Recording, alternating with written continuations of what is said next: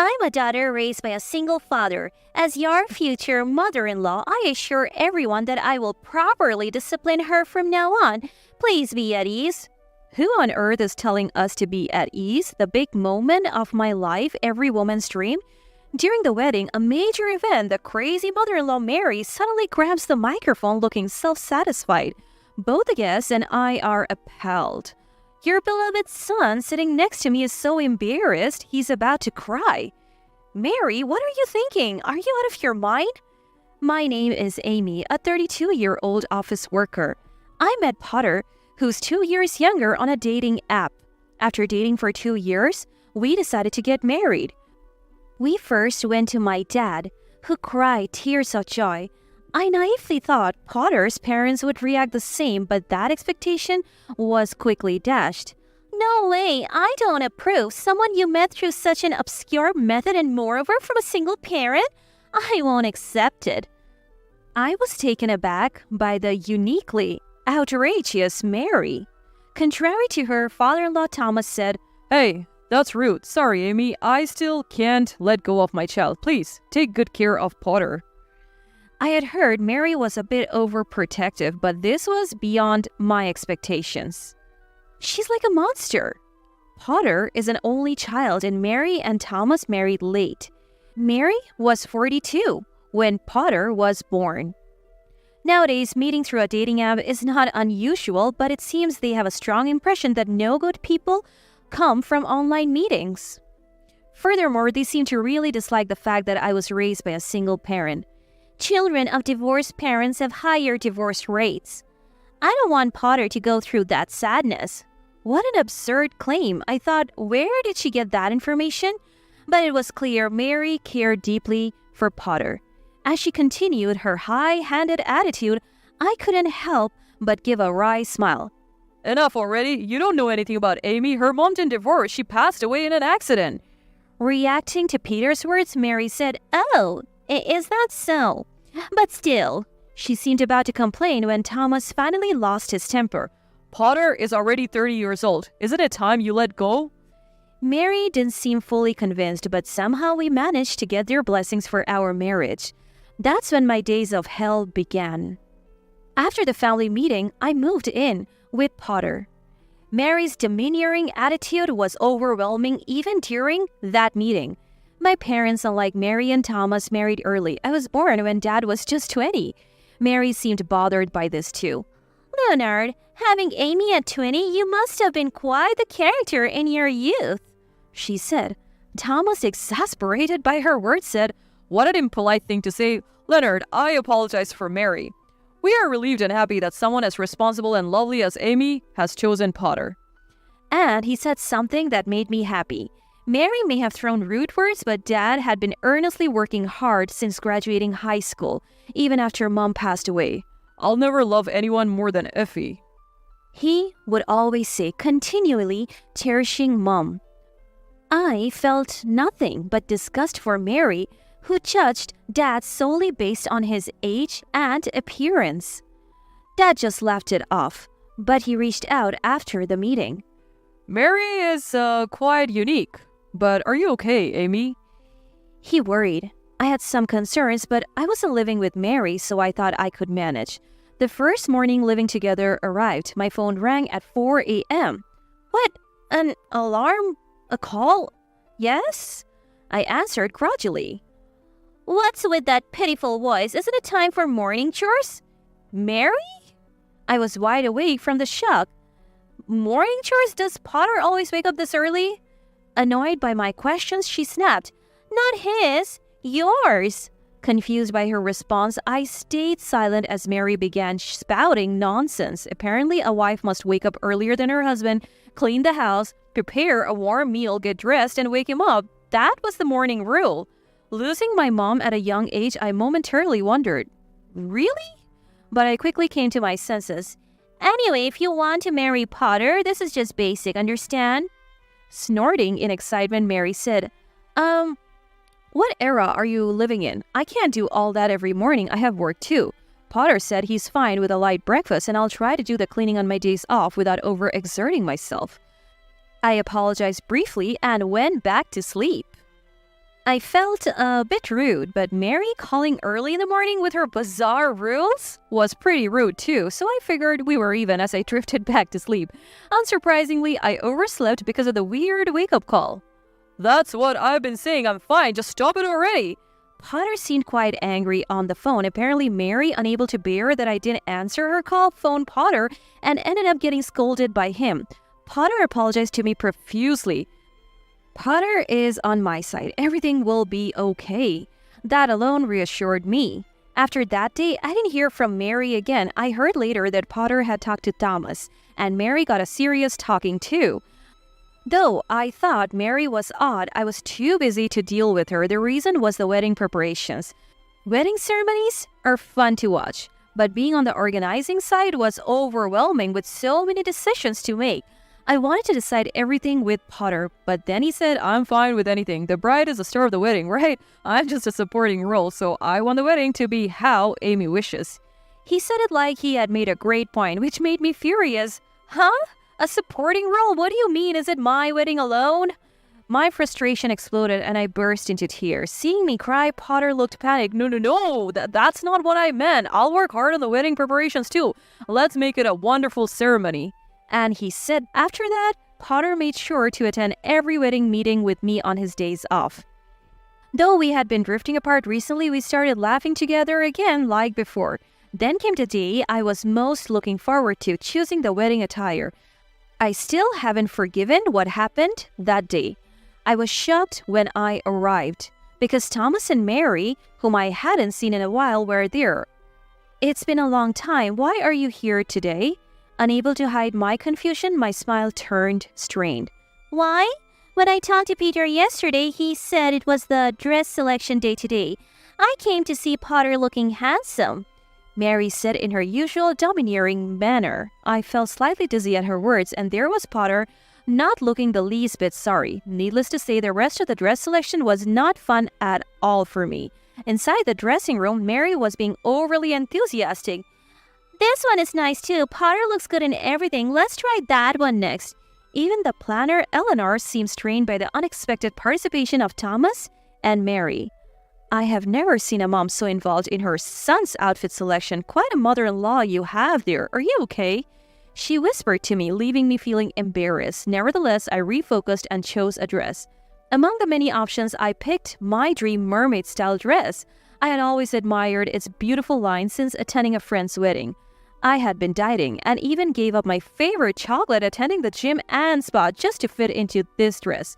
Trying it on, Eleanor commented, "Wow, you look beautiful. It suits you so well." Her words filled me with joy for all my hard work. Thomas nearby added, "Amy's tall and slender figure makes the dress look even more stunning." Hearing this, Mary approached and said, "Oh no, what a vulgar dress. It's showing off your body too much. Are you trying to attract men's attention or what?" Her command was incredibly rude. "Not at all. This is a popular dress and suits her very well." Eleanor quickly intervened, but Mary was not listening. "At our wedding, my brothers will be there too. Do you want to make a fool of me with such an indecent daughter-in-law? That's why I didn't want this marriage in the first place." After all the days off I took for the appointments, after all the dieting, my dream dress was being called vulgar? Am I really becoming part of this family? This is impossible, right? My pent-up anger exploded. Enough. Why does our wedding have to be according to your wishes? What do you want me to wear? Something like your Robert-like outfit and huge shoulder pads? Mary's face turned red at my words. Eventually, Potter and Thomas intervened in our argument. "You're unbelievable. Apologize to Amy. She looks great. Your commands are what's questionable." Thomas scolded. He apologized to me and then dragged Mary away. Despite that was also Amy's fault, right? I agree with Mom this time. I also have doubts about that dress. Choose something more modest. Potter said. I was deeply hurt by his words. I had always told Potter I wanted to wear a mermaid dress and he had agreed, but now, doubting whether I should continue with the marriage, I decided, I'm going back to my parents' house for a while. I'm not sure if we should get married like this. Potter was silent for a moment before saying, "My feelings haven't changed." Despite his words, I went back home. "Dad, I'm sorry. The wedding might be off." To this, Dad simply replied, "I see," and asked no further questions.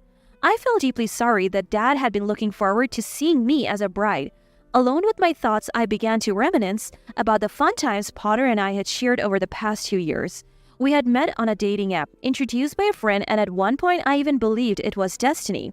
Our family-only wedding was next month, invitations already sent, and my cousins had expressed their excitement. Eleanor had been a great help, and the thought of it all being for nothing just made me sigh. A few days later, after work, Potter asked me to meet him at a cafe.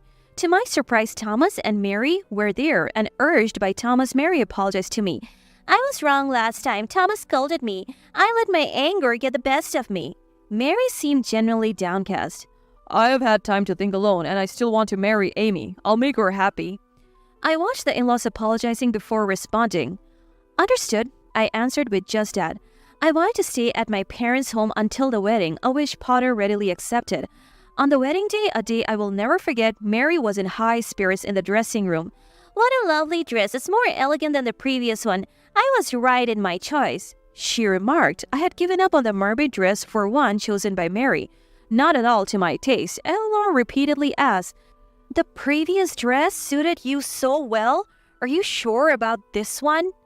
And she repeatedly spoke to me. Honestly, I didn't care anymore about the wedding.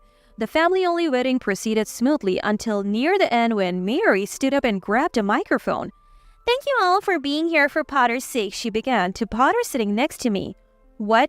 I haven't heard anything about this. As I tilted my head, Potter seemed to be in the same boat, shaking his head. Mary continued, Amy being raised by a single father will be disciplined by me, her mother-in-law, to learn the wife's rules. Rest assured, everyone. What did she just say? Mary looked pleased with herself while Potter seemed embarrassed to tears. The audience was silent, perhaps thinking Mary was joking. A wife wakes up earlier than her husband to clean the house, prepare breakfast, and must always be well-groomed. At night, she cleans again and goes to bed after her husband. She proudly recounted the same things she had told me on the phone before.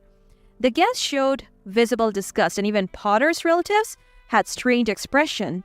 This is absurd. I watched Mary's one-woman show, wondering if this was her idea of revenge. It was utterly pointless. At this moment, Thomas, sitting next to Mary, interjected. Is that all you wanted to say? What? Mary seemed surprised that Thomas joined the conversation. I'm speaking now. Be quiet, she snapped. No, I have had enough. Do you even have the right to lecture others? You used to be diligent with chores when Potter was home. But what about now? Thomas revealed that since Potter left, Mary had been neglecting household chores, and he was doing most of them now. I couldn't believe how audaciously Mary had behaved towards guests. Thomas's revelation prompted laughter from some guests. Then Dad stood up. Is my daughter Amy being sent to prison or something? She can't live in such a house. Don't insult my precious daughter. Dad's words brought tears of happiness to my eyes. There were quiet claps around the room. Mary, with her face red and receiving cold stares, looked around in dismay. Amy, say something. Amy, isn't this situation awkward enough? Despite his mom creating the situation, Potter pathetically relied on me, so I stood up with the microphone. Ladies and gentlemen, I'm canceling the wedding here and now. We will return your gifts immediately. The room buzzed with murmurs, some clapping. Potter looked shocked. Mary, too, was surprised by my decision. As you can see, I'm not liked by Mary. The dress I'm wearing was chosen by her. The dress I really wanted to wear was deemed vulgar and indecent by her, and I can't follow her nonsensical rules, so I'm calling off this marriage. This declaration was met with applause from my relatives. Hey, what are you deciding on your own? I'm allowing this marriage. A son's wife should just listen to her mother-in-law. Thomas scolded her. Shut up now. Amidst the chaos, a relative from Potter's side spoke up. You, be quiet. Weren't you the one who was tormented by your mother-in-law in your first marriage and cried back to your parents' house? How can you do the same?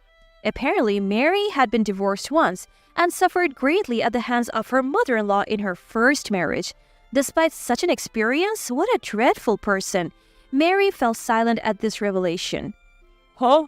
You're really canceling the wedding? I'll sue you for breaking up the engagement. Potter glared at me fiercely from beside me. But I wasn't scared at all. Huh?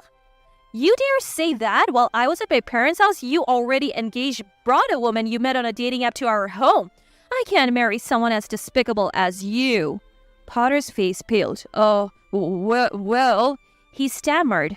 Everyone, Potter just said he would sue me for breaking off our engagement despite him cheating during our engagement. I know everything, so go ahead and sue. How dare you say such a thing? Screw you. My revelation caused an uproar at the wedding venue with condemnation pouring in towards Potter. During my time at my parents' house, my friend Nettie contacted me. Is this your fiancé, Amy?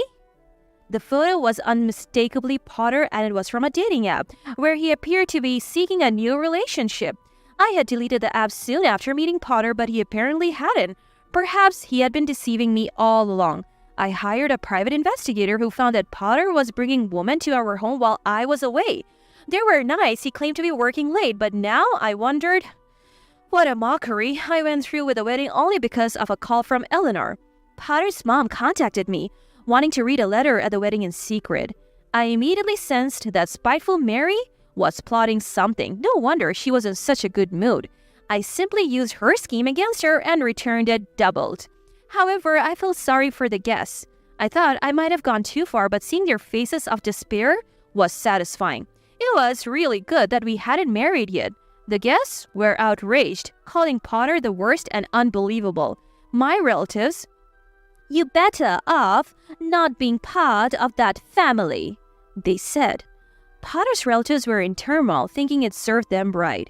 Then Mary's brother John approached me. I braced for a scolding, but instead, I'm truly sorry for my foolish family. We will take responsibility. He apologized.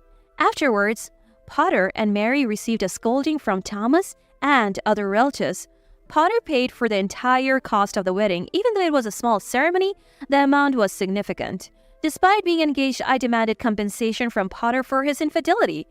He audaciously protested this, but after being reprimanded by Thomas and other relatives, he reluctantly ended up paying. While Potter and Mary were the worst, the rest of their family were good people, and I was grateful. Potter had to beg his parents for money as his savings weren't enough. Thomas, exploding with long-held anger, said, "I don't care, sort it out yourselves," and left a divorce paper before leaving the house. Thomas later contacted Dad and me to apologize. He is now enjoying peaceful retirement out of state.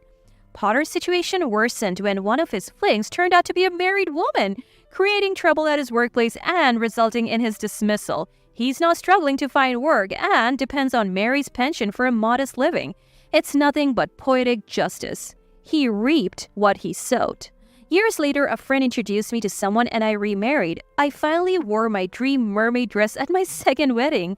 When moving out of state for my husband's job made me sad, Dad said, Amy, make sure you're happy this time.